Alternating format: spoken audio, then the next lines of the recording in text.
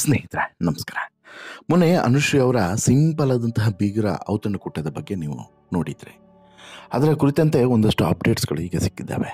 ಈ ಬೀಗರ ಔತಣಕೂಟ ಎಷ್ಟು ಸಿಂಪಲ್ ಆಗಿತ್ತು ಮತ್ತು ಅನುಶ್ರೀ ಅವರು ಜ್ವರದ ನಡುವೆಯೂ ಕೂಡ, ವಿಪರೀತವಾದಂಥ ಜ್ವರದ ನಡುವೆಯೂ ಕೂಡ ಎಷ್ಟು ಖುಷಿಯಲ್ಲಿ ಭಾಗವಹಿಸಿದ್ರು ಅಂತ ಹೇಳ್ಬಿಟ್ಟು ಇದೇ ಕಾರ್ಯಕ್ರಮಕ್ಕೆ ಹೋದಂತಹ ಒಬ್ಬರು ತಮ್ಮ ಒಂದು ಯೂಟ್ಯೂಬ್ ಚಾನಲ್ ಮೂಲಕ ಅಥವಾ ತಮ್ಮ ಒಂದು ವ್ಲಾಗ್ನ ಮೂಲಕ ಕಂಪ್ಲೀಟ್ ಆದಂತಹ ಮಾಹಿತಿಯನ್ನು ಕೊಟ್ಟಿದ್ದಾರೆ.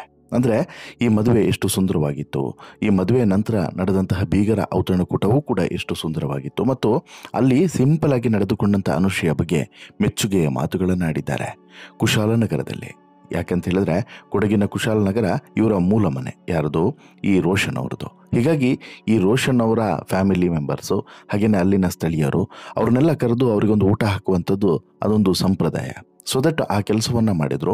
ಹಾಗಾದರೆ ಎಲ್ಲಿ ನಡೀತು ಈ ರಿಸೆಪ್ಷನ್ನು?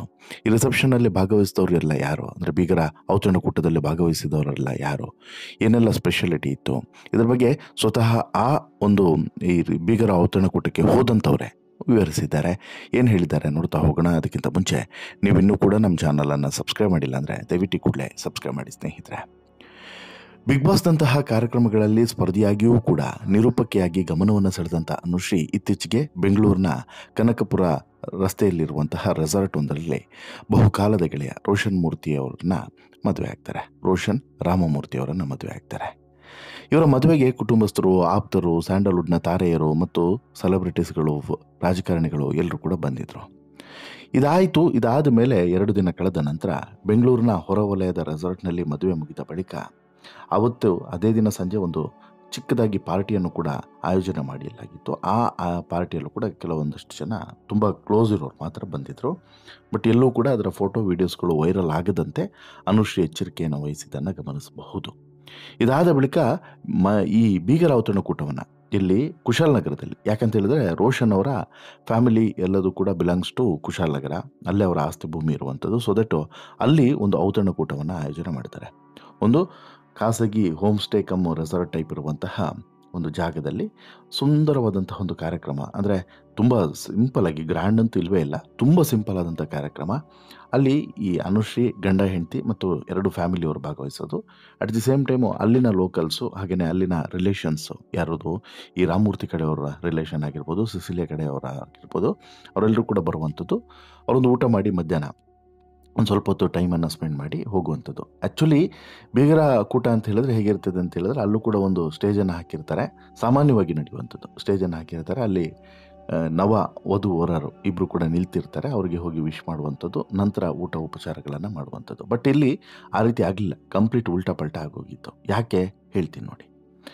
ಈ ಬೆಂಗಳೂರಿನ ಪಾರ್ಟಿ ಮತ್ತು ಮದುವೆ ಇವೆರಡೂ ಮುಗಿದ ಬಳಿಕ ಕುಶಾಲನಗರದಲ್ಲಿ ಒಂದು ಸುಂದರವಾದಂತಹ ಬೀಗರ ಔತಣಕೂಟವನ್ನು ಆಯೋಜನೆ ಮಾಡಲಾಗಿತ್ತು. ಕುಟುಂಬಸ್ಥರ ಸಮ್ಮುಖದಲ್ಲಿ ಸರಳವಾಗಿ ಈ ಕಾರ್ಯಕ್ರಮ ನಡೀತು. ಈ ಕಾರ್ಯಕ್ರಮದಲ್ಲಿ ಸೆಲೆಬ್ರಿಟೀಸ್ಗಳು ಕೂಡ ಯಾರೂ ಇರಲಿಲ್ಲ, ಸೆಲೆಬ್ರಿಟೀಸ್ ಅನ್ನೋರು ಯಾರೂ ಕೂಡ ಇರಲಿಲ್ಲ. ತುಂಬ ಸಿಂಪಲ್ ಆಗಿ ನಡೆದಂತಹ ಈ ಔತಣಕೂಟದಲ್ಲಿ ಜನ ಮಾತ್ರ ಸುಮಾರೇ ಬಂದಿದ್ದರು. ಅಂದರೆ ರೋಷನ್ ಅವರ ತಂದೆ ಮತ್ತು ತಾಯಿ 2 ಕಡೆಯವರಾಗಿರ್ಬೋದು ಮತ್ತು ರೋಷನ್ ಫ್ರೆಂಡ್ಸ್, ಅಲ್ಲಿದ್ದಂಥ ಕುಶಾಲನಗರದ ಫ್ರೆಂಡ್ಸು, ಇವರೆಲ್ಲರೂ ಕೂಡ ಬಂದಿದ್ದರು. ಹಾಗೆಯೇ ಎಲ್ರಿಗೂ ಕೂಡ ಖುಷಿ ಮತ್ತು ಕ್ಯೂರಿಯಾಸಿಟಿ ಏನು ಅಂತ ಹೇಳಿದ್ರೆ, ಒಂದು ಈ ಜೋಡಿಯನ್ನು ನೋಡಬೇಕು, ಅದರಲ್ಲೂ ಕೂಡ ಅನುಶ್ರೀನ ನೋಡಬೇಕು, ಅನುಶ್ರೀ ಜೊತೆಗೆ ಮಾತಾಡಬೇಕು, ಅನುಶ್ರೀ ಜೊತೆ ಒಂದು ಫೋಟೋ ತಗೊಬೇಕು ಅಂತ ಹೇಳ್ಬಿಟ್ಟು ಇದೇ ಅಲ್ಲಿದ್ದವರಿಗೆ ಹೆಚ್ಚಾಗಿ ಕಾಡ್ತಾ ಇತ್ತು ಅನ್ನೋದು ಅಲ್ಲಿಗೆ ಹೋದಂಥವರ ಅಭಿಪ್ರಾಯ. ಹೀಗೆ ಅಲ್ಲಿಗೆ ಹೋದವರು ಒಂದಷ್ಟು ತಮ್ಮ ಅಭಿಪ್ರಾಯಗಳು, ಅಂದರೆ ಮದುವೆ ಹೇಗಿತ್ತು, ಮದುವೆ ನಂತರ ಅಲ್ಲಿಗೆ ಹೋದಂಥವ್ರು, ಅಂದರೆ ಈ ಬೀಗರ ಔತಣಕೂಟ ಹೇಗಿತ್ತು, ಏನೆಲ್ಲ ವಿಶೇಷತೆ ಇತ್ತು ಅನ್ನೋದನ್ನು ಸ್ವತಃ ಅವರೇ ಎಕ್ಸ್ಪ್ಲೇನ್ ಮಾಡ್ತಾರೆ.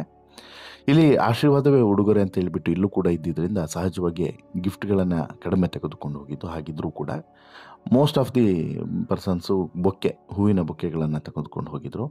12 ಗಂಟೆಗೆ ಕಾರ್ಯಕ್ರಮ ಅಂತ ಹೇಳ್ಬಿಟ್ಟು ಎಲ್ಲರೂ ಕೂಡ ಕರೆದಿದ್ರು. 12 ಗಂಟೆಗೆ ಎಲ್ಲರೂ ಕೂಡ ಹೋಗ್ತಾರೆ. ಆದರೆ ಅನ್ಫಾರ್ಚುನೇಟ್ಲಿ ಅನುಶ್ರೀ ಅವರಿಗೆ ವಿಪರೀತವಾದಂಥ ಜ್ವರ ಇತ್ತು. ಕಾರಣ 2-3 ದಿನದಿಂದ ನಿರಂತರವಾದಂತಹ ರೆಸ್ಟ್ಲೆಸ್ಸು, ಈ ಫಂಕ್ಷನ್ಸ್ಗಳು ಅದು ಇದು ಅಂತ ಹೇಳ್ಬಿಟ್ಟು. ಜೊತೆಗೆ ನೋಡಿ, ಅನುಶ್ರೀ ಅವ್ರದ್ದು ಹೇಗಾಗಿದೆ ಅಂತ ಹೇಳಿದ್ರೆ ಕಂಪ್ಲೀಟ್ ಜವಾಬ್ದಾರಿ ಅವ್ರದ್ದೇ ಅಲ್ವಾ. ಇನ್ನೊಬ್ಬರು ಮತ್ತೊಬ್ಬರು ಬ್ರದರ್ ಇದ್ದಾರೆ, ಬಟ್ ತಮ್ಮ ಇದ್ದಾನೆ, ಆದರೂ ಸ್ಟಿಲ್ ಎಲ್ಲವನ್ನು ಕೂಡ ಹ್ಯಾಂಡಲ್ ಮಾಡಬೇಕಾಗಿದ್ದು ಅನುಶ್ರೀನೇ ಅಲ್ವಾ. ಅನುಶ್ರೀ ಅವರಿಗೆ ಸಾಕಷ್ಟು ಜನ ಸಾಥ್ ಕೊಟ್ಟರು ಮದುವೆ ಸಮಾರಂಭ ಅದು ಇದು ಅಂತೇಳಿ. ಬಟ್ ಆದ್ರೂ ಸುಸ್ತೆ ಟಯರ್ಡ್ ಆಗಿದ್ದರು. ಸೊ ದಟ್ ಜ್ವರ ಇತ್ತು ಅವರಿಗೆ. ಸಿಕ್ಕಾಪಟ್ಟೆ ಜ್ವರ ಇದ್ದಿದ್ದರಿಂದ 12 ಗಂಟೆಗೆ ಬರಬೇಕಾದವರು ಅವರು ಬರುವಂತಹ ಸಂದರ್ಭದಲ್ಲಿ ಅಂದರೆ ಆ ಪರ್ಟಿಕ್ಯುಲರ್ ಪ್ಲೇಸಿಗೆ ಹೋಮ್ ಸ್ಟೇ ಕಮ್ ರೆಸಾರ್ಟು ಅಲ್ಲಿ ಆಯೋಜನೆ ಮಾಡಲಾಗಿತ್ತು ಈ ಬೀಗರ ಊಟವನ್ನು. ಅಲ್ಲಿಗೆ ಬರುವಂಥ ಹೊತ್ತಿಗೆ ಸುಮಾರು ಒಂದೂವರೆ ಗಂಟೆ ಆಗಿತ್ತಂತೆ. 1.5 ಗಂಟೆ ಮೇಲಾಗಿತ್ತು. 12 ಗಂಟೆಗೆ ಶುರು ಆಗಬೇಕಾಗಿರೋ ಕಾರ್ಯಕ್ರಮ 1:30 ಆಗಿತ್ತು. ಅಲ್ಲಿಗೆ ಬಂದವರು ಪಾಪ ಕಾದು ಕಾದು ಕಾದು ಸುಸ್ತಾಗಿ ಹೋಗಿದ್ರು. ಎಷ್ಟು ಅಂತೇಳಿ ಮುಖ ನೋಡ್ಕೊಳ್ತಾರೆ. ಬೇರೆ ಏನು ಕೂಡ ಸ್ಪೆಷಲ್ ಇವೆಂಟು ಕೂಡ ಆಯೋಜನೆ ಮಾಡಿರಲಿಲ್ಲ. ಆರ್ಕೆಸ್ಟ್ರಾ ಮ್ಯೂಸಿಕಲ್ ಆ ರೀತಿ ಏನಾದರೂ ಒಂದು ಮಾಡಿದರೆ ಅಟ್ಲೀಸ್ಟ್ ಎಂಟರ್ಟೈನ್ಮೆಂಟ್ ಆದರೂ ಆಗ್ತಿತ್ತು. ಬಟ್ ಇರಲಿಲ್ಲ, ಆ ರೀತಿಯೂ ಇರಲಿಲ್ಲ. ಅನುಶ್ರೀ ಬಂದಿದ್ದು ಅಯ್ಯೋ ಎಲ್ಲ ಒಂದೇ ಸಲ ಸೀದಾ ಅನುಶ್ರೀ ಬಂದರು ಅಂತೇಳಿ ಅವ್ರ ಹತ್ರ ಹೋಗೋದು, ವಿಶ್ ಮಾಡೋಕ್ಕೆ ಹೋಗೋದು, ಎಲ್ಲವನ್ನು ಕೂಡ ಮಾಡೋಕ್ಕೆ ಗಿಜಿ ಅಂತೇಳ್ಬಿಟ್ಟು ಜನ ಮುಗಿಬೀಳೋಕ್ಕೆ ಶುರು ಆದ್ರಂತೆ. ಬಂದಂಥವರೇ ಇಮಿಡಿಯೇಟ್ಲಿ ಅನುಶ್ರೀ ಮೈಕ್ ತಗೊಂಡು, ನೋಡಿ ಆ್ಯಕ್ಚುಲಿ ವೆರಿ ಸಾರಿ, ನನಗೆ ಹುಷಾರಿರಲಿಲ್ಲ, ಹಾಗಾಗಿ ಲೇಟ್ ಆಯಿತು, ದಯವಿಟ್ಟು ಬೇಜಾರು ಮಾಡ್ಕೊಬೇಡಿ, ದಯವಿಟ್ಟು ನೀವೆಲ್ಲರೂ ಕೂಡ ಊಟ ಮಾಡ್ಕೊಳ್ಳಿ, ಊಟ ಮಾಡಿದ ನಂತರ ಫೋಟೋ ಗಿಟ್ಟು ಎಲ್ಲವನ್ನು ಕೂಡ ತೆಗೆದುಕೊಳ್ಳೋಣ, ಬೇಜಾರು ಮಾಡ್ಕೊಬೇಡಿ ಅಂತಲೂ ಕೂಡ ಹೇಳ್ತಾರಂತೆ. ಆದರೆ ಜನ ಕೇಳಬೇಕಲ್ಲ, ಅನುಶ್ರೀಯರನ್ನು ನೋಡಿದವರೆ ಊಟ ಗೀಟ ಏನೂ ಬೇಡ ಅಂತ ಎಲ್ಲವನ್ನು ಬಿಟ್ಟು ಫೋಟೋವನ್ನು ತೆಗೆದುಕೊಳ್ಳೋಕೆ ನಿಂತೇ ಬಿಟ್ಟರು. ಅನುಶ್ರೀ ಅವರು ಹೋದಲ್ಲಿ ಬಂದಲ್ಲಿ ಅಲ್ಲಿ ಬನ್ನಿ ಮೇಡಮ್, ಇಲ್ಲಿ ಬನ್ನಿ ಮೇಡಮ್ ಅಂತ ಹೇಳಿಬಿಟ್ಟು ಅನುಶ್ರೀಯವರನ್ನು ಬಿಡದೆ ಕಾಡದಂತೆ. ಪಾಪ ಅಂತೇಳಿ ಅನಿಸ್ತಿತ್ತು ಅನುಶ್ರೀಯನ್ನು ನೋಡಿದ್ರೆ ಅಂತಲೂ ಕೂಡ ಅಲ್ಲಿದ್ದವರು ಹೇಳ್ತಾರೆ. ಇನ್ನು ಒಂದೇ ಒಂದು ಸೆಕೆಂಡು ಆ ಫೋಟೋ ಕ್ಲಿಕ್ ಮಾಡುವಾಗ ನಿಂತರೆ ಅವರು ಹಂಗೆ ತಿರ್ಗಂಗಿಲ್ಲ, ಹಿಂಗೆ ತಿರ್ಗಂಗಿಲ್ಲ, ಆ ಕಡೆ ತಿರುಗಿದ್ರೆ ಈ ಕಡೆ, ಈ ಕಡೆ ತಿರುಗಿದ್ರೆ ಆ ಕಡೆ, ಮೇಡಮ್ ಒಂದು ಫೋಟೋ, ಮೇಡಮ್ ಒಂದು ಫೋಟೋ, ಮೇಡಮ್ ಒಂದೇ ಒಂದು ಫೋಟೋ ಅಂತಲೂ ಕೂಡ ಒಂದು ರೀತಿ ಭಾರಿ ಕಾಟವನ್ನು ಕೊಟ್ಟರಂತೆ. ಆದರೂ ಕೂಡ ಪಾಪ ಅನುಶ್ರೀ ಒಂದು ಕಡೆ ಹುಷಾರಿಲ್ಲ, ಮತ್ತೊಂದು ಕಡೆ ರೆಸ್ಟ್ಲೆಸ್ ಆಗಿದ್ದಾರೆ. ಆದರೂ ಕೂಡ ಇವ್ರು ಯಾರಿಗೂ ಕೂಡ ಬೇಜಾರಾಗದೆ, ಒಂದು ಚೂರು ಬೇಜಾರಾಗದೆ ಎಲ್ರಿಗೂ ಕೂಡ ತುಂಬ ಆರಾಮಾಗಿ ನಗ್ನಾಗ್ತಾನೆ ಅವ್ರು ಕೊಟ್ಟಂತಹ ವಿಷಯಗಳನ್ನು ಸ್ವೀಕರಿಸಿ, ಅವ್ರು ಕೊಟ್ಟಂಥ ಬೊಕ್ಕೆಗಳನ್ನು ಸ್ವೀಕರಿಸಿ, ಅವರಿಗೂ ಕೂಡ ಎಲ್ಲ ವಿಚಾರಿಸಿ ನಂತರ ಫೋಟೋಗೆ ಪೋಸನ್ನು ಕೊಟ್ಟು ನಗ್ನಾಗ್ತಾನೆ. ಎಷ್ಟೇ ಅವ್ರ ತಾಳ್ಮೆಯನ್ನು ಕಳ್ಕೊಳ್ಳುವಂಥ ಪರಿಸ್ಥಿತಿ ಇದ್ದರೂ ಕೂಡ, ಎಲ್ಲೂ ಕೂಡ ಎಷ್ಟೇ ಕ್ವಾಟ್ಲೆಯನ್ನು ಕೊಟ್ಟರೂ ಕೂಡ ಚೂರು ಬೇಸರ ಆಗೋ ರೀತಿಯಲ್ಲಿ ಅಥವಾ ಬೇಜಾರಾಗಿರೋ ರೀತಿಯಲ್ಲಿ ಕಾಣಿಸ್ಲಿಲ್ಲ. ಯಾರೇ ಆದರೂ ಕೂಡ ಸಿಟ್ಟಾಗಲೇಬೇಕು, ಆ ರೀತಿ ಟಾರ್ಚರನ್ನು ಕೊಟ್ಟರಂತೆ. ಆದರೂ ಕೂಡ ಎಷ್ಟೇ ಮಾಡಿದರೂ ಕೂಡ ಇವರು ಕಿರಿಕಿರಿ ಆಗಲಿಲ್ಲ. ಸಿಂಪಲ್ಲಾಗಿ ನಗ್ನಾಗ್ತಾನೆ ಆರಾಮಾಗಿ ಎಲ್ರಿಗೂ ಕೂಡ ಪೋಸನ್ನು ಕೊಟ್ಟರಂತೆ. ಇಲ್ಲಿ ಯಾರಿಗೆ ಆದರೂ ಕೂಡ ಸಿಟ್ಟು ಬರುತ್ತೆ ಕಣ್ರಿ, ಆದರೆ ಅನುಶ್ರೀ ಅಕ್ಕ ಹಾಗೆ ಮಾಡಲಿಲ್ಲ ಅಂತೇಳ್ಬಿಟ್ಟು ಅಲ್ಲಿ ಹೋದವರು ಹೇಳ್ತಾರೆ. ಇನ್ನು ಎಲ್ಲರ ಹತ್ರನೂ ಹೋಗಿ ನೋಡಿ, ಎಲ್ಲರ ಜೊತೆನೂ ಕೂಡ ಮಾತನಾಡಿಸ್ತಾ ಒನ್ ಬೈ ಒನ್ ಹೋಗಿ ಊಟ ಮಾಡಿ ಅಂತಲೂ ಕೂಡ ಹೇಳ್ತಾನಂತೆ. ಜೊತೆಗೆ ಊಟ ಮಾಡುವಂಥ ಜಾಗಕ್ಕೂ ಕೂಡ ಹೋದಂಥ ಅನುಶ್ರೀ ಮತ್ತು ರೋಷನ್ನು ಅಲ್ಲೂ ಕೂಡ ಬಡಿಸ್ತಾರೆ, ಒಂದಷ್ಟು ಜನರಿಗೆ ಬಡಿಸ್ತಾರೆ. ಸ್ವಲ್ಪ ಹೊತ್ತು ಬಡಿಸಿ ನಂತರ ಪುನಃ ವಾಪಸ್ ಕೆಳಗಿಳಿದು ಬರ್ತಾರೆ. ಕೆಳಗಿಳಿದು ಬಂದ ತಕ್ಷಣ ವಾಪಸ್ ಎಲ್ಲರೂ ಊಟ ಆದಂಥವ್ರು ಪುನಃ ಅನುಶ್ರೀ ಹತ್ರ ಓಡೋಗ್ತಾರೆ, ಗುಂಪಾಗಿ ಹೋಗ್ತಾರೆ, ಅನುಶ್ರೀ ಅವರನ್ನು ಮಾತಾಡಿಸ್ತಾರೆ. ಅಷ್ಟೊತ್ತಿಗೆ ಪುನಃ ಅವರನ್ನು ವಿಶ್ ಮಾಡುವಂಥದ್ದು, ಯಾರಿಗೆ ಅನುಶ್ರೀಗೆ ವಿಶ್ ಮಾಡುವಂಥದ್ದು, ಬನ್ನಿ ಮೇಡಮ್ ಅಂತ ಹೇಳ್ಬಿಟ್ಟು ಫೋಟೋವನ್ನು ತೆಗೆದುಕೊಳ್ಳುವಂಥದ್ದು. ಜೊತೆಗೆ ಅನುಶ್ರೀಗೆ ಅಲ್ಲಿ ಪುಟ್ಟ ಪಾಪು ಅಂತ ಅಂದರೆ ತುಂಬ ಇಷ್ಟ ಅಲ್ವಾ, ಮಕ್ಕಳು ಅಂತ ಹೇಳಿದ್ರೆ ಅನುಶ್ರೀಗೆ ತುಂಬ ಇಷ್ಟ. ನೀವು ನೋಡಿರ್ತೀರ, ಈ ಸರಿಗಮಪ ಆಗಿರ್ಬೋದು ಅಥವಾ ಜಿ ಕನ್ನಡದ ಯಾವುದೇ ರಿಯಾಲಿಟಿ ಶೋಗಳಲ್ಲಾಗಿರ್ಬೋದು, ಸಣ್ಣ ಪಾಪು ಇತ್ತು ಅಂತ ಹೇಳಿದ್ರೆ ಆ ಪಾಪು ಜೊತೆಗೆ ಕೂತ್ಕೊಂಡು ಮಾತಾಡಿಕೊಂಡು ತಾನು ಕೂಡ ಪಾಪುನ ರೀತಿ ಮಾತನಾಡೋದು, ಇವೆಲ್ಲದೂ ಕೂಡ ಅನುಶ್ರೀಗೆ ಭಾರಿ ಇಷ್ಟ. ಸೊ ದಟ್ ಅಲ್ಲೊಂದು ಚಿಕ್ಕ ಪಾಪು ಇರುತ್ತೆ, ಅದನ್ನು ಪುನಃ ಮಾತಾಡಿಸ್ತಾ ಅದ್ರ ಜೊತೆಗೆ ಒಂದಷ್ಟು ಮುದ್ದು ಮಾಡ್ತಾ ಟೈಮನ್ನು ಸ್ಪೆಂಡ್ ಮಾಡುತ್ತೆ.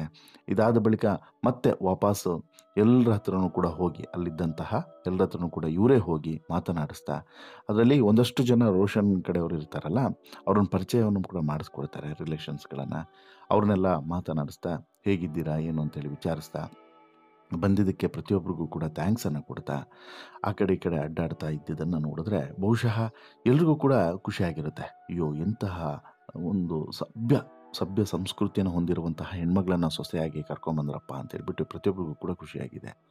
ಆಮೇಲೆ ಈ ಅನುಶ್ರೀ ಅಂತ ಹೇಳಿದ್ರೆ ಎಷ್ಟು ಜನ ಫಾಲೋವರ್ಸ್ ಇದ್ದಾರೆ, ಎಷ್ಟು ದೊಡ್ಡ ಸೆಲೆಬ್ರಿಟಿ, ಎಷ್ಟು ದೊಡ್ಡ ಆ್ಯಂಕರು, ಹಾಗಿದ್ರೂ ಕೂಡ ಇಷ್ಟು ಸಿಂಪಲ್ಲಾಗಿ ನೋಡಿ, ಆ ಸೀರೆ ನೋಡಿ, ಆ ಆಭರಣಗಳನ್ನು ನೋಡಿ, ಇಷ್ಟು ಸಿಂಪಲ್ಲಾಗಿ ಇಷ್ಟು ಚೆನ್ನಾಗಿ ಮಾತನಾಡುವಂಥ ಹೆಣ್ಮಗಳು ಈಕೆ ಅಂತ ಹೇಳ್ಬಿಟ್ಟು ನಾವು ಅಂದ್ಕೊಂಡೇ ಇರಲಿಲ್ಲ ಅಂತಲೂ ಕೂಡ ಹೇಳ್ತಾರೆ. ಇನ್ನು ಎಲ್ಲರೂ ಕೂಡ ಕೂತಂತಹ ಜಾಗಕ್ಕೆ ಹೋಗಿ ಅಲ್ಲೇ ಮಾತನಾಡಿಸ್ತಾ, ಅಲ್ಲೇ ಫೋಟೋಗೆ ಪೋಸನ್ನು ಕೊಡ್ತಾ ಒಂದು ರೌಂಡ್ ಹಾಕಿ ಎಲ್ಲರನ್ನೂ ಕೂಡ ನೋಡಿಕೊಂಡು ಮಾತನಾಡಿಸ್ಕೊಂಡು ಬಂದಿದ್ದಿದೆಯಲ್ಲ, ಇದು ಎಲ್ರಿಗೂ ಕೂಡ ವಿಶೇಷ ಅಂತೇಳಿ ಅನಿಸ್ಬಿಡ್ತಂತೆ. ಆದರೂ ಕೂಡ ಊಟಕ್ಕೆ ಕೂತವರು ಕೂಡ ಅನುಶ್ರೀ ಬಂದ ತಕ್ಷಣ ಎದ್ದು ನಿಂತು ಅವ್ರ ಜೊತೆಗೆ ಫೋಟೋವನ್ನು ತೆಗೆದುಕೊಳ್ಳುವಂಥ ಆಸೆ ಎಲ್ರಿಗೂ ಕೂಡ ಇರ್ತದಲ್ಲ. ಹಾಗಾಗಿ ಅವರು ಕೂಡ ಊಟವನ್ನು ಬಿಟ್ಟು ಹೋಗಿ ಅವ್ರ ಅನುಶ್ರೀ ಜೊತೆಗೆ ಒಂದು ಫೋಟೋಗೆ, ಅಂದರೆ ಅನುಶ್ರೀ ಅಲ್ಲಿಗೆ ಬರ್ತಾರೆ, ಅವರು ಊಟ ಮಾಡ್ತಿದ್ದಂಥ ಜಾಗಕ್ಕೆ ಬರೋದ್ರಿಂದ ಅಲ್ಲೇ ಫೋಟೋವನ್ನು ತಗೊಳ್ತಾರೆ.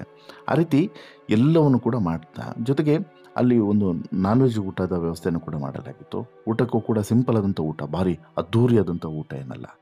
ಪಾಯಸ ಇತ್ತು, ಬಿರಿಯಾನಿ ಇತ್ತು, ಹಾಗೆಯೇ ಕಬಾಬ್ 1 ಪೀಸ್ ಲೆಗ್ ಪೀಸ್ ಇತ್ತು, ಜೊತೆಗೆ ರೋಟಿ, ನಾನ್ ರೋಟಿ ಇವೆಲ್ಲದೂ ಕೂಡ ಇತ್ತು. ಜೊತೆಗೆ ಅದಕ್ಕೆ ಬೇಕಾದಂತಹ ಗ್ರೇವಿ ಎಲ್ಲವನ್ನು ಕೂಡ, ಚಿಕನ್ ಗ್ರೇವಿ ಸಪ್ರೇಟ್ ಆಗಿತ್ತು. ಹಾಗೆಯೇ ಯಾರಾದರೂ ಫೋರ್ಕ್ ತಿನ್ನೋರಿದ್ರೆ ಅವರಿಗೆ ಫೋರ್ಕ್ ಇತ್ತು, ರೈಸ್ ಕೂಡ ಇತ್ತು ಸಪ್ರೇಟಾಗಿ, ಬಿರಿಯಾನಿ ಕೂಡ ಇತ್ತು, ಜೊತೆಗೆ ಮೊಟ್ಟೆ ಎಲ್ಲವನ್ನು ಕೂಡ ಅಲ್ಲಿ ಅರೇಂಜ್ಮೆಂಟ್ ಮಾಡಿದರು. ಅಂದರೆ ಭಾರಿ ಅದ್ಧೂರಿ ಏನಲ್ಲ, ಸಿಂಪಲ್ ಆದಂತಹ ಊಟದ ವ್ಯವಸ್ಥೆ. ಬಟ್ ಆ ಸಿಂಪಲ್ ಆದಂಥ ಊಟ ತುಂಬ ಟೇಸ್ಟಿಯಾಗಿತ್ತು ಅಂತಲೂ ಕೂಡ ಹೇಳ್ತಾರೆ. ಅಂದರೆ ಅಲ್ಲಿ ಊಟಕ್ಕಿಂತನೂ ಕೂಡ ಅಲ್ಲಿ ತೋರಿಸಿದಂಥ ಪ್ರೀತಿ, ಅಲ್ಲಿ ತೋರಿಸಿದಂತಹ ಒಂದು ಆತಿಥ್ಯ ಇದೆಯಲ್ಲ, ಅದು ಎಲ್ರಿಗೂ ಕೂಡ ಇಷ್ಟ ಆಯಿತು ಅಂತ ಹೇಳ್ಬಿಟ್ಟು. ಹಾಗಾಗಿ ಎಲ್ಲರೂ ಕೂಡ ಎಲ್ಲರನ್ನೂ ಕೂಡ ಒಂದು ರೌಂಡ್ ಮಾತಾಡಿಸ್ತಾ, ಯಾರಿಗೂ ಕೂಡ ಬೇಸರ ಆಗೋ ರೀತಿಯಲ್ಲಿ ಅನುಶ್ರೀ ನಡ್ಕೊಂಡಿಲ್ಲ. ಸುಮಾರು ಒಂದು 4-4:15 5 ಗಂಟೆವರೆಗೂ ಕೂಡ ಅನುಶ್ರೀ ಅಲ್ಲೇ ಇದ್ದರು ಅನ್ನುವಂಥ ಮಾಹಿತಿ ಇದೆ, ಆ ಜ್ವರದಲ್ಲೂ ಕೂಡ. ಹಾಗಾಗಿನೇ ಅನುಶ್ರೀ ಅಂತ ಹೇಳಿದ್ರೆ ಈಗ ಎಲ್ರಿಗೂ ಕೂಡ ಇಷ್ಟ ಆಗ್ತಿರುವಂಥದ್ದು. ಇದೇ ಸಿಂಪಲ್ ಸಿಟಿ ಈ ಕುಶಾಲನಗರದ ಜನರ ಹೃದಯವನ್ನು ಕೂಡ ಗೆದ್ದಿದೆ ಅಂತಲೂ ಕೂಡ ಹೇಳ್ಬೋದು. ನಿಮಗೇನಿಸುತ್ತೆ ಸ್ನೇಹಿತರೆ ಈ ಕಥೆಯನ್ನು ಕೇಳಿದಾಗ, ಅಥವಾ ಈ ರೀತಿಯಾದಂಥ ಒಂದು ಡೆವಲಪ್ಮೆಂಟಲ್ಲಿ ನಡೀತು ಅಂತ ಹೇಳಿ ತಿಳಿದಾಗ ನಿಮಗೇನು ಅನ್ನಿಸ್ತಿದೆ? ದಯವಿಟ್ಟು ನಿಮ್ಮ ಅಭಿಪ್ರಾಯವನ್ನು ಕಮೆಂಟ್ ಮಾಡಿ ತಿಳಿಸಿ. ಜೊತೆಗೆ ಈ ಸ್ಟೋರಿ ಇಷ್ಟ ಆಯಿತು ಅಂತ ಹೇಳಿದ್ರೆ ಲೈಕ್ ಮಾಡಿ, ಶೇರ್ ಮಾಡಿ, ಚಾನಲ್ಗೆ ಸಬ್ಸ್ಕ್ರೈಬ್ ಆಗೋದನ್ನು ಮರಿಬೇಡಿ. ಧನ್ಯವಾದ.